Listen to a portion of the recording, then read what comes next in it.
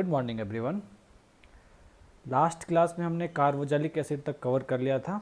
So in this class we will discuss about the acidic strength of phenol. Correct. तो अभी ये phenol के acidic strength का discussion करेंगे। देखिए, कार्बोक्सिलिक एसिड और फिनॉल के बीच में जब भी कंपेरिजन आएगा तो क्या बताओगे? Carboxylic is more acidic. पहले भी बता चुका हूँ ये, क्योंकि वो क्या करता है, इक्विवेलेंट रेजोनेटिंग स्ट्रक्चर बनाता है। तब आ जाओ फिनॉल पे। देखो फिनॉल पे क्या है। पहला सवाल ये देखिए, क्या हो सकता है ऑर्डर? आप कुछ सोच के बताएं पहले क्या हो सकता है। तो ऑर्थो इफेक्ट पढ़ रखा है, तो करने क्या है? At first we will apply all the basic effect, then after we will apply ortho effect. Correct. Okay, then start. Apply first, apply the basic effects. No, take the basic effects. Okay, तो first one have no effect. See this, first one have no effect, first one have no effect। दूसरे वाले में देखो, it will have minus m then minus i। और third वाले में check कीजिए, third वाले में क्या क्या आ रहे हैं। थर्ड वाले में NO2 किस पोजीशन पे है? मेटा पोजीशन पे। मेटा पोजीशन पे क्या लगता है? मेटा पोजीशन पे सिर्फ इंडक्टिव लगता है, तो क्या आ जाएगा यहाँ पे? Minus i।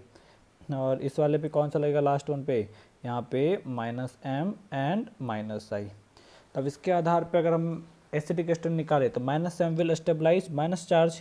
तो इस केस में क्या करने हैं, तो मुझे h को रिमूव करना हो तो विच h? ये वाला h को हमको हटाना पड़ेगा। पहले इस h को हटाइए और सभी पे क्या लगाने हैं? नेगेटिव चार्ज लगाने हैं। सभी ऑप्शन पे नेगेटिव चार्ज लगा देने हैं, तो लगा दीजिए नेगेटिव चार्ज। तो कितना आ रहा है? ओके, यहाँ पे minus minus, sorry no minus, air minus and यहाँ पे माइनस, और बचे हो गए यहाँ पे इसको इसको। अब इस माइनस की स्टेबिलिटी चेक करनी है। तो minus m will stabilise minus charge, तो ये स्टेबिलिटी को बढ़ाएगा और ये स्टेबिलिटी बढ़ाएगा और ये भी बढ़ाएगा। तो सबसे लास्ट में कौन चला जाएगा? फर्स्ट वाला क्या होगा हमारा? लास्ट में चला जाएगा। ये तो पहले ही लास्ट में चला गया। अब बाकी सभी कंपेयर करके देखिए। बाकी सभी में जब आप कंपेयर करेंगे than second one have minus m will increase stability more and last one have minus m। तो थर्ड वन क्या होगा? सेकेंड एंड फोर्थ से कम होगा। Then we will put third one here. Now second and fourth, तो second one have stronger minus i because distance is less. तो second will be more acidic than, it should be more acidic than fourth one। now we will apply ortho effect। तो अब यहाँ पे देखो ortho effect में क्या होगा। तो अगर हमने यहाँ पे H रखा, अगर यहाँ पे हमारे पास जो H था वो H क्या करे, सॉरी इसको थोड़ा जूम कर दीजिए।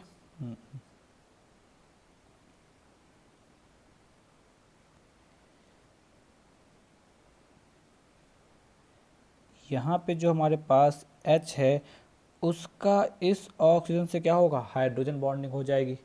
अगर हाइड्रोजन बॉन्डिंग हो रहा है तो ये वाला जो हमारा ऑक्सीजन है ये क्या हो जा रहा है? हाइड्रोजन बॉन्डिंग से स्टेबलाइज हो जा रहा है। तो इस ऑक्सीजन के द्वारा अब इस H को डोनेट करने की टेंडेंसी क्या हो जाएगी? कम हो जाएगी, क्योंकि वो क्या हो रहा है? हाइड्रोजन बॉन्डिंग से स्टेबलाइज है। करेक्ट है। तो इस हाइड्रोजन बॉन्डिंग से इसका H प्लस डोनेट करने की टेंडेंसी क्या होती है? कम हो रही है। मतलब एसिडिक स्ट्रेंथ क्या होगा? डिक्रीज करेगा। मगर किससे डिक्रीज करेगा? क्या ये फिनॉल से कम होगा? क्या नहीं, फिनॉल से कम नहीं होगा, बस वो अपने पैरा पोजीशंस के नीचे आ जाएगा। करेक्ट है। फिनॉल के केस में जब भी आपको इंटरमॉलिकुलर हाइड्रोजन बॉन्डिंग दिखेगा, इंटरमॉलिकुलर हाइड्रोजन बॉन्डिंग जब भी लगाएंगे along with minus m effect, तो ऐसे कंडीशन में हम लोग क्या करेंगे? ऑर्थो को उठा के पैरा के जस्ट नीचे रखने हैं। करेक्ट है। तो पैरा कौन? फोर्थ वन इज पैरा और second one is the ortho. तो क्या करने हैं? इसको इसके नीचे लेकर के आने हैं। तो क्या कर दीजिए आप, फोर्थ को पहले लिखा, फिर फोर्थ के बाद सेकेंड वन, सेकेंड के बाद थर्ड, बाकी सब क्या रह जाएंगे? एक जैसे रख जाएंगे। क्लियर है। बेंजोइक एसिड में क्या बताया था कि हम लोग बेंजोइक एसिड से पहले लेके जाते हैं, और अगर माइनस आई वहाँ पे लग रहा हो तो क्या होता है? मेटा वाले से भी आगे लेके चले जाते हैं। करेक्ट है। मगर फिनॉल के केस में चलेंगे तो अगर माइनस m ग्रुप है और उस माइनस m ग्रुप के वजह से अगर हाइड्रोजन बॉन्डिंग लग रहा है ऑर्थो पे, तो वो अपने पैरा वाले से कम हो जाता है। क्लियर है? समझा? चलो नेक्स्ट क्वेश्चन पे आ जाओ, नेक्स्ट क्वेश्चन पे आइए। हाँ, अब इस वाले पे बताओ, इस वाले पे क्या होगा, सोचिए एक बार, ट्राई करके देखिए, वीडियो पॉज करें, ट्राई करके देखिए, फिर आंसर आप सॉल्यूशन फिर देख लीजिए। तो चलो बताओ क्या होगा। तो क्लोरीन दे रखा है। अब देखो एक चीज़ मैं बताना भूल गया यहाँ पे, क्या यहाँ पे SIR इफेक्ट लगाएंगे क्या? नहीं लगाएंगे, क्योंकि OH जो है हमारा, OH क्या बताया है, सेकेंड पीरियड का है, तो ये हमारा बल्कि नहीं होता है। कार्बोक्सिलिक एसिड क्या है, एक बल्कि ग्रुप है, इसलिए उसके ऊपर हम लोग SIR लगाते हैं, मगर यहाँ पे हम लोग SIR नहीं लगाएंगे, क्योंकि ये OH क्या होता है हमारा, छोटा ग्रुप है, इस पे इसका स्टेरिक हिंड्रेंस काउंट नहीं होता। क्लियर है? इसीलिए कार्बोक्सिलिक एसिड के साथ जो OH था वहाँ पे हमने H हटाने के बाद एनायन और H+ का हाइड्रोजन बॉन्डिंग बताया था, वहाँ पे हमने SIR नहीं बताया था। क्लियर है? उसी तरह यहाँ पे भी OH को लेके आएंगे तो OH पे कोई SIR नहीं लगेगा। चलो हो गई ये वाला, समझ गए। चलो नेक्स्ट वाले सवाल पे आ जाओ। तो Cl बल्कि है मगर OH क्या है, छोटा ग्रुप है, तो SIR नहीं वर्क करेगा। तब क्या करने, मुझे इंडक्टिव लगाने हैं। तो क्योंकि हेलोजन्स में इंडक्टिव डोमिनेट करता है, हेलोजन के केस में हेलोजन का मीजोमेरिक कम होता है, उसका इंडक्टिव ज़्यादा होता है। तो हेलोजन का मीजोमेरिक वीक है। तो आप काफ़ी सारे बच्चे हमेशा डाउट पूछते रहते हैं, सर हेलोजन का इंडक्टिव डोमिनेट करेगा, दूसरे के मेजोमेरिक कर नहीं, दूसरे का मेजोमेरिक तो हमेशा पावरफुल है ना। इंडक्ट हेलोजन का मेजोमेरिक वीक हो जा रहा है, इंडक्टिव सॉरी हेलोजन का इंडक्टिव कोई स्ट्रांग नहीं है, उसका मेजोमेरिक इंडक्टिव से कम हो जा रहा है। क्लियर है? तो बाकी ग्रुप का मेजोमेरिक क्या होता है, पावरफुल होता है, वो हमेशा इंडक्टिव पे डोमिनेट ही करेगा, मगर हेलोजन के केस में हेलोजन का मेजोमेरिक वीक होता है, इसलिए हम लोग उसका इंडक्टिव लेंगे। तो जब भी आप हेलोजन का इंडक्टिव और दूसरे का मेजोमेरिक कंपेयर करेंगे तो हमेशा मेजोमेरिक ही डोमिनेट करेगा दूसरे वाले ग्रुप का। क्लियर है? काफ़ी लोग ये डाउट पूछते रहते हैं। चलिए तो इस वाले पे आ जाइए। हेलोजन दे रखा है, हेलोजन के केस में क्या लेने हैं, only inductive. Now apply inductive. First one no effect, see this one no effect. Second one we have minus I effect. Third one we have minus I effect. Fourth one we have minus I effect. तो third distance देखिए, second में distance सबसे कम, फिर third में, फिर fourth में, तो सबसे ज़्यादा माइनस आई किसका होगा, सेकेंड वन का। तो स्टेबिलिटी क्या होगी सबसे ज़्यादा, सेकेंड वन में H हटाने के बाद O- की स्टेबिलिटी क्या होगी सबसे ज़्यादा सेकेंड में। अब चाहे तो H हटा ले, अब तो तुम में प्रैक्टिस भी हो गया है, अब H नहीं भी हटाओगे तो भी तुम लोग काउंट कर सकते हो। क्लियर है? तो आगे से सवालों में मैं नहीं हटाऊंगा। क्लियर है? तो इसका इंडक्टिव सबसे ज़्यादा क्योंकि डिस्टेंस सबसे कम, तो सबसे ज़्यादा एसिडिक कौन सा हो गया, सेकेंड, फिर कौन सा आ जाएगा, थर्ड, फिर कौन सा आ जाएगा, फोर्थ, और फिर फर्स्ट वाले में तो कोई इफेक्ट है ही नहीं। यहाँ तक क्लियर है? चलिए नेक्स्ट वाले पे आइए, नेक्स्ट वाले सवाल पे। इस वाले में बताओ आप क्या करोगे, ऑर्थो इफेक्ट क्या वर्क करेगा यहाँ पे, नहीं। फिनॉल के केस में एक ही ऑर्थो इफेक्ट का एक ही फैक्टर देखने को मिलता है, that is hydrogen bonding. Clear है?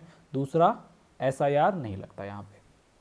तो अब देखो कार्बन से अटैच हाइड्रोजन कभी भी हाइड्रोजन बॉन्डिंग नहीं कर सकता। तो अब देखिए यहाँ पे फर्स्ट वाले में नो इफेक्ट, सेकेंड वन वाले को चेक करो, सेकेंड वाले को चेक करोगे तो क्या आएगा, सेकेंड वाले में दैट है plus H as well as plus I। Clear है? थर्ड वन वाले में देखिए तो इसके पास सिर्फ प्लस I है, और फोर्थ वाले में देखेंगे तो यहाँ भी plus H and plus I। तो जो भी प्लस इफेक्ट है वो क्या करता है, एनाइन की स्टेबिलिटी को कम करता है। एनाइन कौन सा, H हटाने के बाद जो O- बनेगा। तो सेकेंड और फोर्थ में H+ लग रहा है तो ज़्यादा उसको अनस्टेबल करेगा। थर्ड वाले में सिर्फ प्लस I लग रहा है तो सेकेंड और फोर्थ से तो कम करेगा, मगर फर्स्ट से वो भी क्या करेगा, अनस्टेबल करेगा। तो सबसे ज़्यादा एसिडिक कौन सा हो गया, पहला वन, पहला कौन, that is phenol, sorry we should write it phenol. तो सबसे ज़्यादा कौन सा हो जाएगा, फिनॉल हो गया। फिनॉल के बाद कौन सा आ जाएगा, पहले फिनॉल हो गया, फिर फिनॉल के बाद थर्ड वन आ जाएगा मेटा वाला, उसके बाद कौन सा आ गया हमारा। अब फर्स्ट और फोर्थ, सेकेंड और फोर्थ में चेक करो तो सेकेंड के पास क्या है प्लस H, फोर्थ के पास प्लस H, कॉमन आ गए।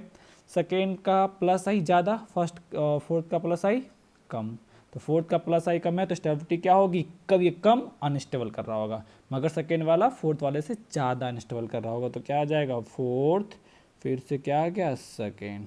करेक्ट है, समझा यहाँ तक। चलो नेक्स्ट पे आओ, इस वाले का बताओ, इस वाले का क्या होगा। आसान सा सवाल है, बता दोगे तुम लोग, ट्राई करके देखो, करके देखिए। चलिए मैं बताता हूँ। तो इस वाले में नो इफेक्ट। दूसरे का बताओ क्या आया, बताइए बताइए क्या आया, minus H, it have minus H as well as minus I, very good. इसका बताइए, it have only minus I. इस वाले का, it also have minus H and minus I. Correct, correct है यहाँ तक, ओके। चलिए अब बताओ, तो अब क्या करने हैं, अब आप इफेक्ट लगाए। देखिए माइनस इफेक्ट एनायन की स्टेबिलिटी को बढ़ाएगा, एसिडिक स्ट्रेंथ को बढ़ाएगा, क्लियर है। तो कौन सा, तो सेकेंड थर्ड एंड फोर्थ तीनों की क्या होगी, एसिडिक स्ट्रेंथ फर्स्ट से ज़्यादा होगी। तो फर्स्ट को हमने क्या कर दिया, लास्ट में रख दिया।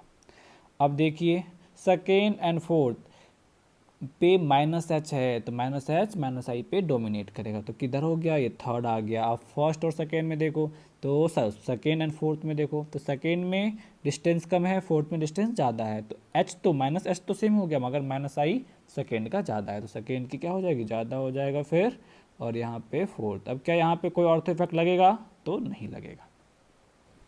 यहाँ तक समझा, यहाँ तक कोई दिक्कत है, एक बार चेक कर लीजिए, वीडियो पॉज कर लीजिए, एक बार चेक कर लीजिए, यहाँ तक कोई दिक्कत है तो बताएं, यहाँ तक कोई दिक्कत हो तो बताएं। चलिए इसके बाद वाला सवाल आपके लिए, ये आप ट्राई करेंगे, सॉल्व करेंगे, और अगर डाउट होगा तो हमें बताएंगे, क्लियर है। और सॉल्व करके इसका आंसर ग्रुप पे डाल देंगे, सभी लोग ये सॉल्व करेंगे और इसका जो आंसर होगा उसको ग्रुप पे पोस्ट करेंगे, और सभी के आंसर आने चाहिए। चलो फटाफट सॉल्व करो और आंसर पोस्ट करना चालू करो।